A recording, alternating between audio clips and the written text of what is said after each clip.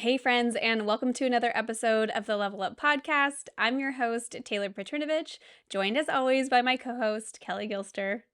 Hello, everybody. We are excited to be still in our All Star series. And Taylor, how are you feeling about it so far?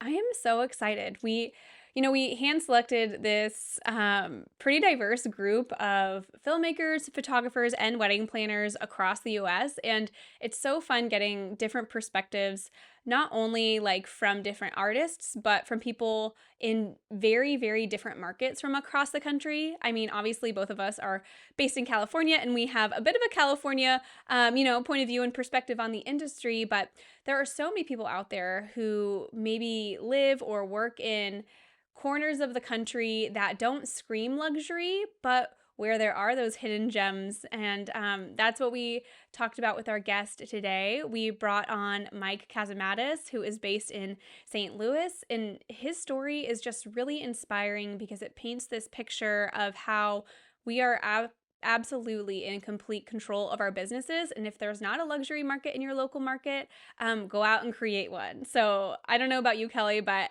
I just loved his take on how to forge his own path. Oh, yeah. It's something that I think that people don't even realize is a possibility for them. And within this episode, I think that a lot of photographers and even filmmakers are going to be inspired by the way that he forged this path in creating a luxury market within his local market. And that is so, so powerful. There's so many good nuggets of wisdom in this. And he's just a gem of a human as well. He definitely has what Taylor and I would say is gold retriever energy. And I know that that will be definitely identified when you're listening to this podcast episode. So without further ado, we'll let you listen to Mike's episode. This is the Level Up Podcast. I'm Taylor Petrinovich, And I'm Kelly Gilster of 618 Studios. and we are on a mission to help wedding filmmakers and photographers level up their businesses so you can make more and work less. We want to help you confidently take your business from mainstream to luxury, and it all starts right here.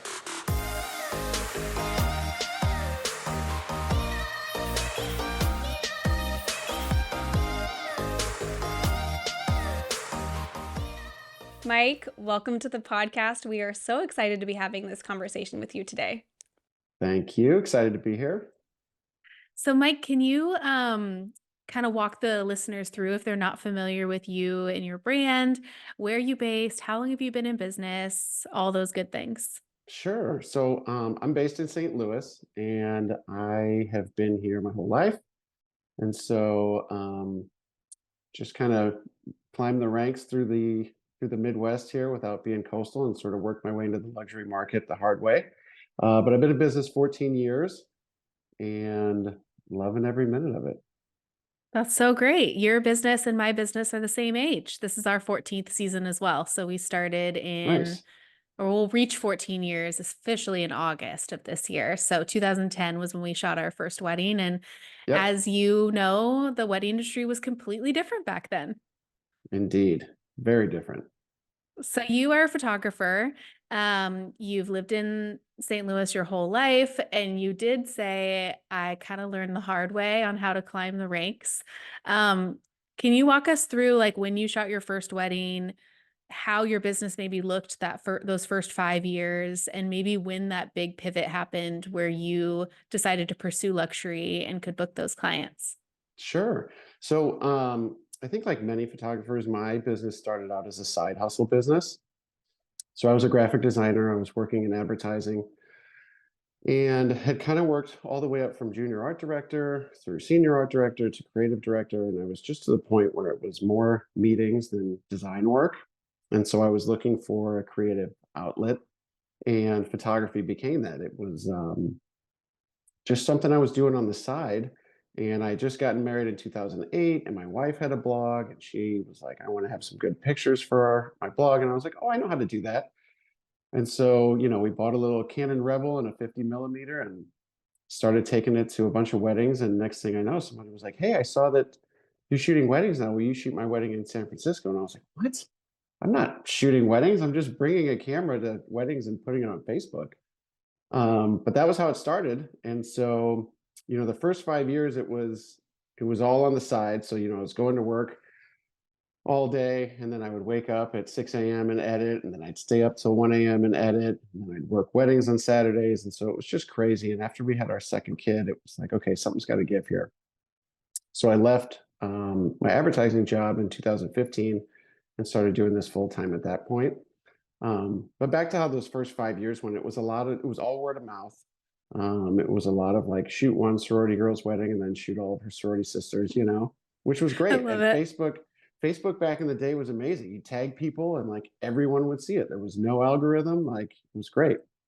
Um, but charging, I don't know, what, $1,500 in the beginning, something like that, something really low, and then kind of working your way up to, I don't even know what it was at those first 5 years. Maybe it topped out at like 4,000, 5,000. Okay. Um, but yeah, then in 2015 went full time with it, and I think I booked like 42 weddings that first year because I was a little Oh my worried about gosh. leaving, a full time salary behind and benefits and all that. So I was like, well, I better create a good safety net. And that was the year I realized like I don't want to shoot this many weddings. I'd rather make more money and shoot less weddings than just be shooting every single weekend. It was crazy. It just, it was, I could tell it was the road to burnout. And so, quickly started changing the way I worked, and really focusing, not showing every wedding I was shooting, really focusing on the ones I wanted to shoot and the kinds of weddings I wanted to be a part of. And then it started attracting more clients that had that sense of style. And then in terms of moving into the luxury market, I don't remember what year it was, but I teamed up with a planner here in town. Her name's Kate Turner. She owns Kate and Company.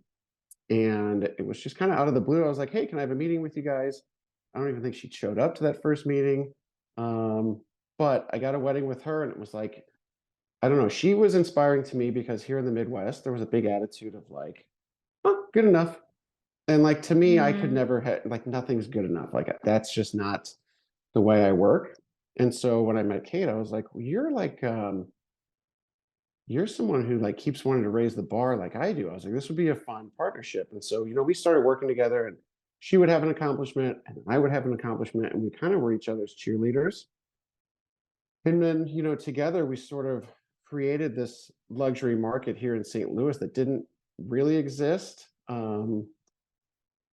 Not to say that money didn't exist and high-end events didn't exist. It was just the level of detail and sort of the more aspirational level of events what weren't happening.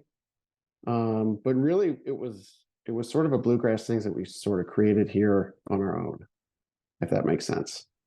No, that totally makes sense. And being able to recognize someone where you're like, hey, you want to like, you know, push boundaries. You want to strive for more. Like that's so It's cool to be huge, able it's huge. And then being able to like also recognize someone who's as hungry as you are in their growth trajectory is a huge thing too, especially when you're trying to develop those planner relationships that you maybe probably didn't have in those first few right? years. 'Cause a lot of couples don't have a planner or it's Oh the yeah, venue I that was I supplies was the someone. planner for many a weddings. Oh Lots of yeah, timelines. you're doing all the timelines. That's right. That's so fun. Yeah. Oh good. I love that. We get so many people asking, like, well, how do we get in with like the big planners? How do we get in with the Lynn Eastons of the world? And we're like, Well, and we all honestly, wonder that, right? yeah. But Yes. I think the way you did it, like finding someone who's growing at the same rate as you and pushing each other and cheering each other on and slingshotting each other forward, like that's the way Right. to do it. Yeah. And listen, I'll be honest. I've done the cold call. I've done the emails, to all the top planners. Like I think anybody who's been in business and wants to grow has done that and made that mistake, you know? Yeah. Um, and then you realize like, oh, that's not at all what it's about, you know? No. Um, Yeah. There's a lot to, going on behind the curtain. right. And personally, to me, there's no shortcut for me. Like I said, I've been in business 14 years and worked every single year to get where I am. Yeah. And the funny thing is, I remember, y'all are familiar with the Engage Summits, yeah? Yes. I remember I went to the first one, and it's like, yeah, I'll go in and I'll meet Lynn Easton and we'll work together. And it's like, no, that's not what it's about at all. the beauty of those events is you can find people again that are like-minded at the same level as you, and then you become the next wave of luxury vendors, you know? I think there's a lot of misconception of where people are like, well, I'll just jump to the top. Oh, I like their stuff. We should work together. And I'm always like, you really think somebody's going to chance $1 million budget on somebody that DM them on Instagram? I don't care how good your work is. Yeah. You know, there's too much on the line to risk it. So much on the line for those seven-figure events. They have to use who's tried and true and like Right. that formula that they've put in place that they know is going to work and it's going to be like a home run every single time because it kind of has to be a home run every single time when you're looking at that level of Absolutely. investment. Yeah. Yeah. Yeah. But that's why it's kind of like a ladder. Like you book that first $100,000 wedding. Okay, well then the next season you're getting $250,000 weddings, and then the next season you're getting the half. Yeah. You know what I mean? Like And you just it. keep showing those Yeah. weddings. Don't Mm-hmm. show anything else. Yes. Exactly. Yeah. Yes. We're so excited. Yeah. We're actually bringing Kate onto the podcast, and I think that will be airing next week. So Well, that's awesome. yeah, Nice. we're getting the photographer's point of view of kind of being in maybe what would not be considered like a super luxury market, but making it work. And then Yeah. we'll get the planner's point of view. And I think it'll be really great. So for those of you who are listening and you're like, this is great, Kelly and Taylor. You guys talk about luxury, but you guys live in California. It's easy for you to say. Like, the point of these guests is to show you that it is absolutely possible no matter where you're located. And if you're, really wanting to strive for more, you can be like Mike and like Kate and like forge that path in your market your own, and you can create this whole new beautiful space where you do feel inspired and you're being paid well and all these things, which I kind of want to hear a little bit more about. But can you give us like a brief overview of what your business looks like here in 2024? Like, where are you mostly working? What is your price point like, if you're comfortable with that? Yeah.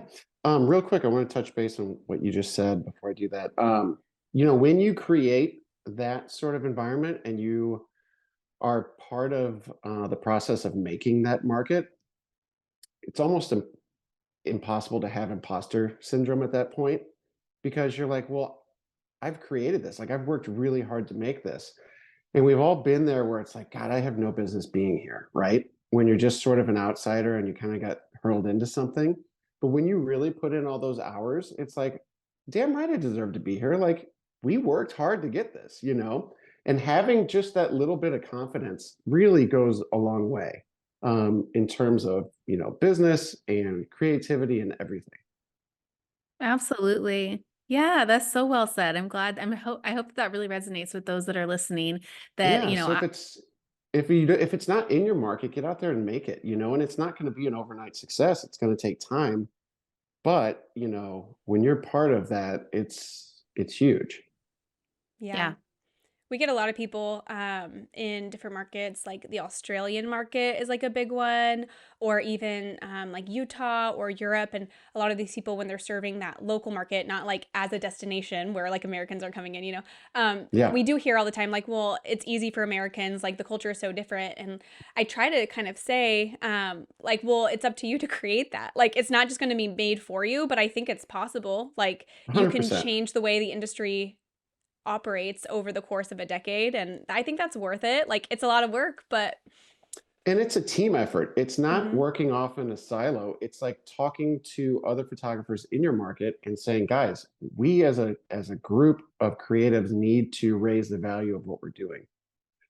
So if you're sitting up at the top and you're not talking to people that aren't in the luxury market and like encouraging them to keep improving and keep raising prices, you can't just go off on your own and have success. I think it is a community thing where it's like, if there's only one person that's charging a lot, that seems ridiculous. But if the whole community as a whole raises their price, it's like, okay, well, I guess it's actually worth paying for. You know what I mean? I Yeah. think perceived value goes a long way. Yeah. Yeah. I think another thing, we kind of talked about this briefly before we hit record, was that a lot of times we'll hear from photographers or filmmakers, either if they're going through our program or whatever it may be, just in the DMs saying, well, I mean, I'm already the most expensive option in my market. Everyone else we all kind of hover at this certain price point. how could I even start to demand these prices when all of my friends only charge this amount? Yeah, get So all of your my friends to raise their prices. yeah, and it really I needs mean, to be a honestly, like let's say there's 5 people who have a really similar style at the same talent level. If you all go in together and like you're regarded as the best in your town and say, "Hey guys, let's make a goal to all make more money."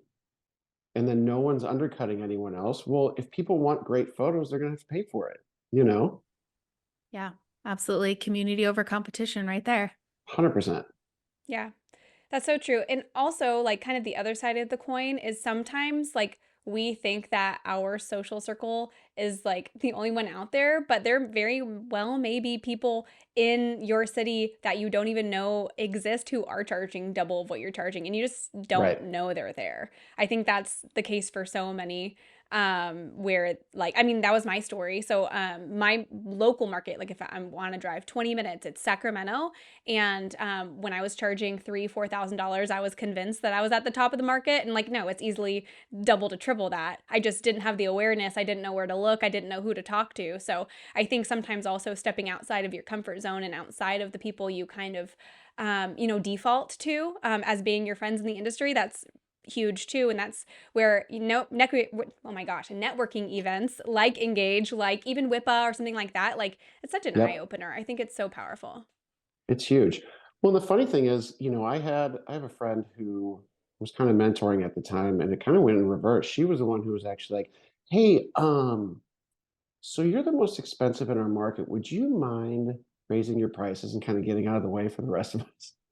And so, Really? yeah, because I was kind of at a spot where I was a little content and I was like, yeah, I'm making good money. I have good weddings. I have no problem filling my calendar. And it was kind of, my wife was making good money and it was just like, yeah, this is great. This is kind of put it on cruise control. And then yeah, the mentor gets mentored by his mentee and she's like, yeah, I think you need to charge more. And so Yeah. that kind of kickstarted that whole thing. I don't remember how many years ago that was. Um, but that was really what pushed me to sort of to go that route. Yeah. I think But that's again, so without good because like we've always told people too, because a lot of people will hold themselves back because they're like, well, I just want to be for everybody. I want to be affordable for right, everybody so that they can afford. And I'm like, you've been in business for 6, 7, 8 years. It's time. Like follow the circle of life of the industry. It's time to move on past that so you can let those who are in business 1, 2, 3 years um fill that for you. Like that's right. the natural progression. Let it happen. Well, and if you want to get into luxury market, like being for everyone is not an option. People No. don't want, they don't want a jack of all trades. They want to hire a specialist. Yes.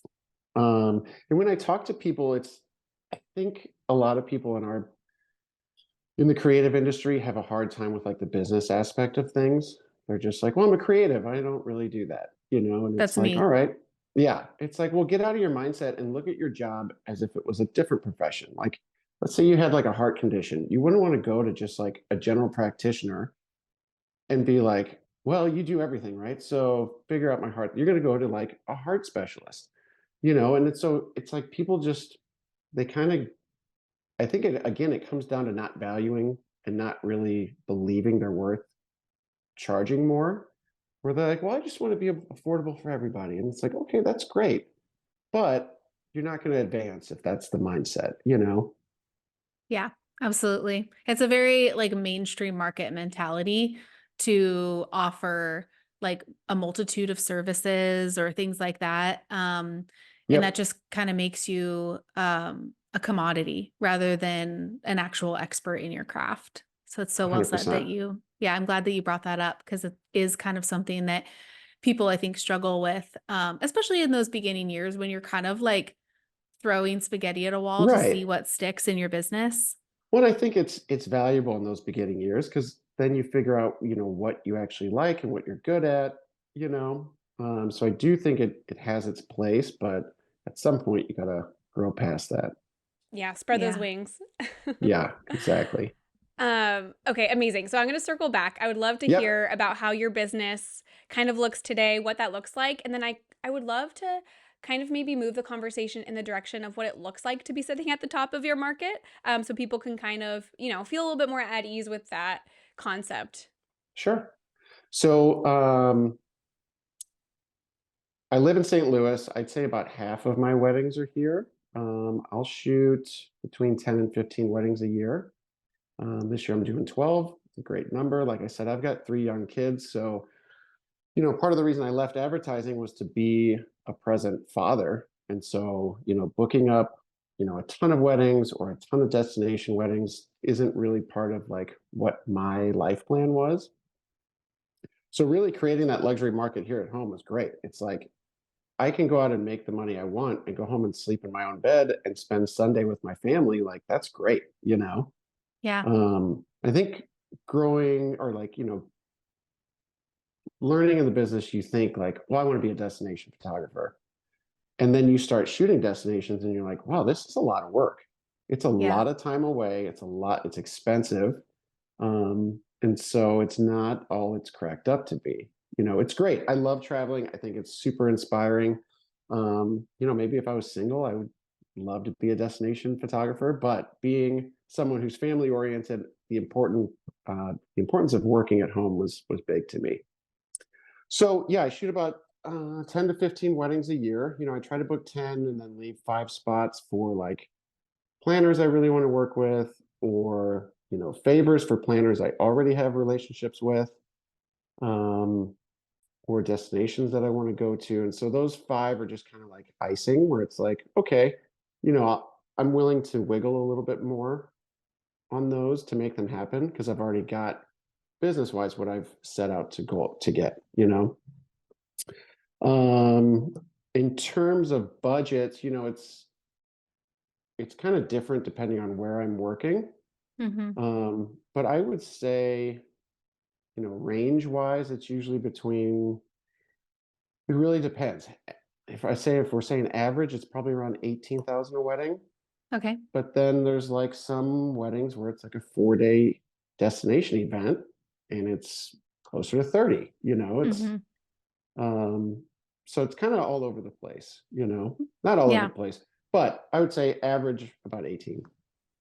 And so for the 4-day, because Paul and I, Taylor and I, Taylor, I always Me. call you Paul, That's my okay. work wife versus Work life. my husband. Yeah, Um, because Taylor and I talk a lot about like you hear sometimes these like huge numbers. And sure. so would 30 for you include travel or not include travel?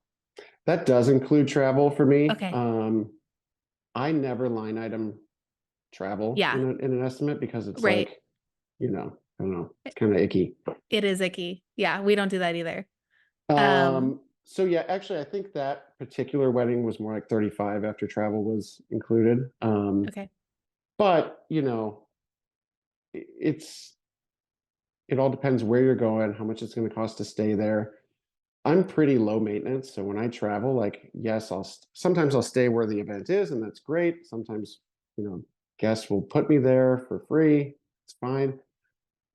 Otherwise, like, I'm totally fine, like, staying at a cheapo hotel. All I'm doing is sleeping there. You know what I mean? Yeah. Sleeping and showering.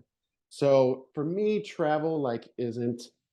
Although I'm shooting luxury weddings, I don't really live a luxury lifestyle. You know, so travel's not that expensive for me. Yeah.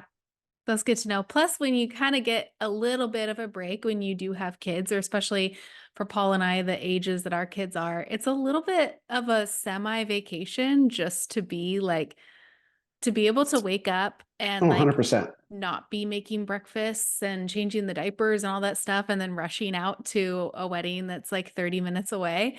Um, it's it can be a little bit of a break. So yeah, as Oh, far as yeah, the it's maintenance great. goes, it's our like expectations I feel like are so low. It's just such a win to be able to drink coffee in peace wherever we are Right, in the morning of right. the wedding.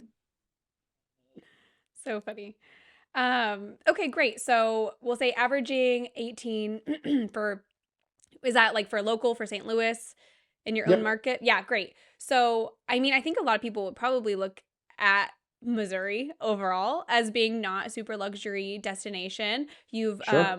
gone in, you've created this luxury market alongside Kate, and I'm sure now like multiple other creatives who have had a hand in that and reap the benefits from it as well. What is it like kind of living in this location that's not luxury, but you know it exists, while maybe seeing people online chatter away about how like they could never charge those prices? Like, what are your thoughts there, and like what would you tell somebody who thinks that? I do think there's a nugget of truth to that, depending on where you are. Um, Even though it is St. Louis, Kansas City, I mean, they're pretty big cities and there is a lot of money in these cities. Some people I talk to, they're from really small towns and it's like you might get one event of that kind of budget there. So outgrowing your market definitely is a thing. Even here, it's like I can't fill my calendar with all St. Louis weddings. There's just not that many of them. And so that's part of the reason I have to go to different markets. So there is some truth to that. But I've heard the word mindset used a couple times in this conversation. That is so huge, right? I think that was my biggest hurdle was realizing that I'm not my client. I'm not my target audience. And so the minute I realized that, it was like freedom to really start charging higher prices where it's like, that's great. I'm not in the market for a Lamborghini either, but people buy those. You know what I mean? Yeah. And so, again, to an analogy to a different market, it's like, I don't drive luxury cars, but people buy them. And so there's a market for it. And so realizing that that market exists is a huge freeing mindset.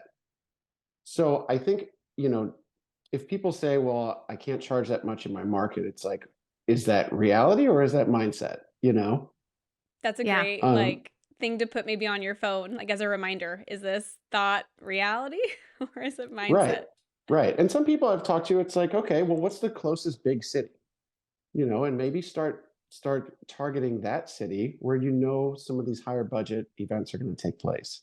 Yeah, that's another thing too, is I think that some people's concepts of local market, like they think that means like literally the city they live in, like Right, within 10 minutes of driving. But for me personally, like my primary markets are Tahoe and Napa, and I live about an hour and a half ish, give or right. take, from each. But I would consider that my local market. Like I'm not flying, you know. Yeah, and it's Um, like, Kansas City and Chicago are both about 4 hours from me, and I'd still say those are my local market.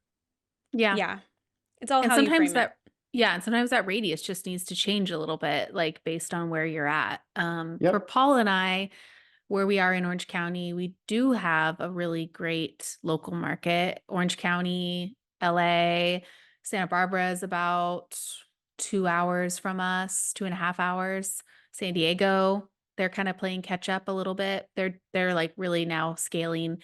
For a while, like they just the spend was not there in San Diego, but now it's really starting to like pick up the pace and fall more in line with the budgets within Orange County and LA. Um, but then again, like kind of going back to what you were saying, Mike, where you were like, well, doing about half local and half destination really works for my life. Um, I think for Paul and I, we've kind of extended our time in our local market and we still love it because, you get to come home and be with the kids and all that stuff. But I think we have recognized that maybe for the next couple of years, we would like to do a little bit more, maybe up in Northern California or out in other areas. And that's totally fine. Like, I think that's the other thing too, going back to maybe some mindset things is that your business doesn't always have to look the same and like what you once valued and yeah. enjoyed can totally change. I don't think it should look the same. Like if Yeah. your 5-year plan looks the same as your 1-year plan, like you got a problem. Yes. Yeah. It Absolutely. definitely should change as your life changes. The one thing that I feel like you have demonstrated through this is that it feels like you have so much control over your business. Like you really have pinpointed like exactly who your ideal client is and you've done all of that like work to build that and I think that that's so inspiring to be talking with someone and to hear them just have that control over their business. Do you feel like you do feel like you have control over it? 100%. And coming from that advertising branding background, I sort of like have a leg up on that where it's like I understand branding. A lot of creatives, they don't understand that they're running a brand, not just a business. Like there's a business side of it, but if you don't have a strong brand, then you're never going to be recognizable and you're never going to be desirable and like chased after. You know what I mean? So I do think creating a brand and sort of staying true to that brand is very important, especially once you get into the luxury market. Um, and providing consistency among that, right? It's like if people think of any other brand that people go after, they go after it because it's tried and true and it's consistent. And it's like when brands step out from their lane, it's jarring. People are like, Yeah. whoa, what did they do? You know what I mean? And sometimes it works and sometimes it flops. Yeah. But no, knowing your client, your brand, where you want to work, all of that, it just provides like a North Star, where like you're climbing the ranks and you know where you're going versus just sort of trying to improve or trying to grow, but without knowing where you're going. Right. No strategy, no Right. like clear understanding of how the trajectory is going to be to get there. That's always, yeah, I think it's very normal for people to it sounds like because I feel like because of your background in graphic design and advertising, you knew what it was going to take to then build that brand, but so many creatives like you said don't have the wherewithal to understand that they're they're more than just a wedding photographer. They're more than just a wedding filmmaker. They're a brand. And so to be able to stay true to that brand, recognize who you're going after, how to keep that consistent is, I think, such a key component to the overall success in those who climb the ranks within the industry versus those who don't. Taylor actually, it was like, I feel like it was like last summer, Taylor, and we were in our launch for Mastermind, and you were talking with someone who had questions, and they were like, well, I don't really want to have a brand, right? And you Yeah. were like, you remember? And you were like, "Okay, I'm sorry, but, like, you do have a brand, believe it or not." Yeah. Was that What's your what company happened? called? I called it Yeah, Photographer. That's my company. yeah, Yeah. Yeah, I think it was like, I don't want an ideal client. I don't want to have a curated brand. I just kind of want to be like whoever comes. And I'm like, well, that is your brand then. Like it may not Right. be a very strong one, but it is one. Yeah. And I think I'm similar to you, Mike, in that I believe to my core that I am in absolute control of like my entire life, and that of course extends to my business. And nothing is going to happen without you doing it yourself. Like nothing is ever handed to you, nothing is created for you. You have to go out and forge that path yourself. And I think that's something that so many people fall victim to, is that mindset of waiting for good things to happen to them when really it's your responsibility to go out and like get it. Like go capture 100%. it, go create it, go forge your path. Um, and so, anyway, I hope that for those of you who are listening, I hope this podcast plays a small role in that journey and maybe lights a fire under you if you've been feeling a little bit like you're playing or like riding in the backseat of your business, to encourage you to take that driver's seat, because um, it's true that you're in control. Yeah. I think what a lot of people when they're coming up don't realize is just how much work it takes to get to the level that we're at. Like I am like obsessive over my business. You know what I mean? Like it wasn't just sort of this like, I take pictures. It's like it feels like every moment. I remember when I first started out, it was like all my free time was spent looking for locations to take pictures and like scouring this city, every little nook and cranny that I thought was like a great backdrop. And then even nowadays, it's like reading, business things and branding things. Whereas coming up, it was all like photography tutorials and things like that. But I mean, it's like just years and years and years of just consuming information. yeah. It almost takes like a level of hyperfixation. Absolutely. Yeah. 100%. Yeah. I mean, Kelly and I can relate. Like, she's a night owl, but I'm an early bird, so my alarm goes off at whatever 4:30 in the morning, and with my coffee, I have my laptop on my lap for the next 2 hours until my kids wake up, and I'm working. Like the moment my Yep. eyes, open, and every little nook and cranny throughout the day too. And I know Kelly's the same way, and I feel like you have to have this level of obsession with what you do if you want to like really see the success that you're hoping for. 100%. Mm-hmm. Well, cool. Well, Mike, it's been such a joy to talk with you. And I found your story so inspiring. I know that so many other listeners will too.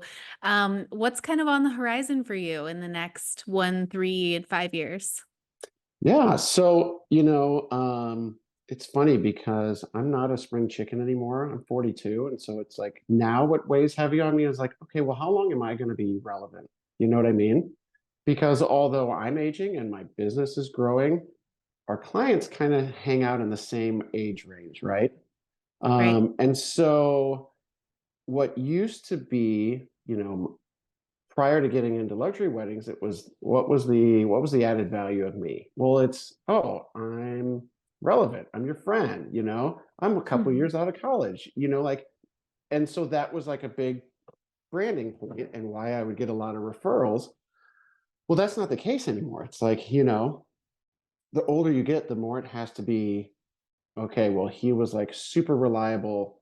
Every vendor like knows they're going to get amazing photos of all their work. It becomes more of like a lot of emphasis on B2B work, business to business, where you're like, yes, you're taking care of your client, but your wedding planner and some of the other vendors, they're also your clients, you know, and so making sure to take care of them as well.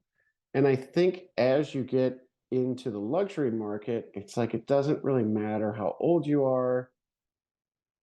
It matters like, are you dependable? Do you do fantastic work? Do you make people feel good? Are you fun to work with? Yeah. Um, so that's sort of, I think moving forward, my big thing is to forge more and more really strong relationships with fellow vendors in the wedding industry. Again, it's the same thing I did when I was beginning out. It's finding like-minded people and linking arms with them and being like, let's do some amazing stuff. And I think where where newer people go wrong in networking is like they come with like with an with an I want attitude versus like here's what I can give attitude, you know? Mm, Especially with the planner photographer relationship. It's like we get it. They're the gatekeepers, right? But you have to go to them and it can't just be like, "Hey, you need some headshots done," or things like that. "Hey, I extremely busy person. You want to go have coffee with me?" It's like, "No, I don't." Um, when I network, it I don't think I ever talk about weddings. yeah. Um, I end up finding people who I just genuinely like talking to, and we talk about life, we talk about all this other stuff, and then at the end of it, it's like, you know what? It'd be really fun to work together, and it happens more organically, and it doesn't feel awkward, and it doesn't feel icky, like you're coming to them begging for work. You know what I mean? You leave the conversation, and you know that they're just as excited to work with you as you are with them. And again, I think all that comes back to mindset, where it's like, well, yeah, I'm bringing something to the table. Yeah. That's so, so true. I feel like I missed the mark on that for so many years. We would go to like networking things and Paul would go into it and say, I want to talk about everything but work and weddings.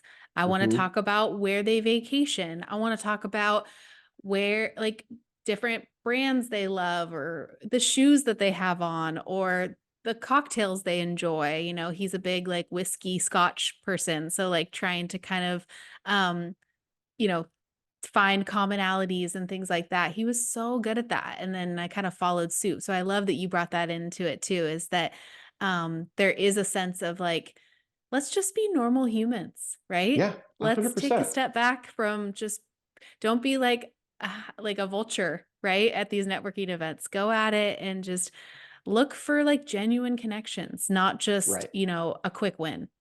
And it takes time. I've probably been to 4 or 5 engage, and like it's not a one and done kind of thing, and you're not going to walk away immediately. But like every so often, one of the seeds you planted decides to sprout, and you're like, oh my God, that was because of that event. You know what I mean? Or it's because I got in touch with so and so because of someone I met at that event. Yeah. Oh, I like little hack, and I think everyone falls victim to this too, is they all try to target the planners.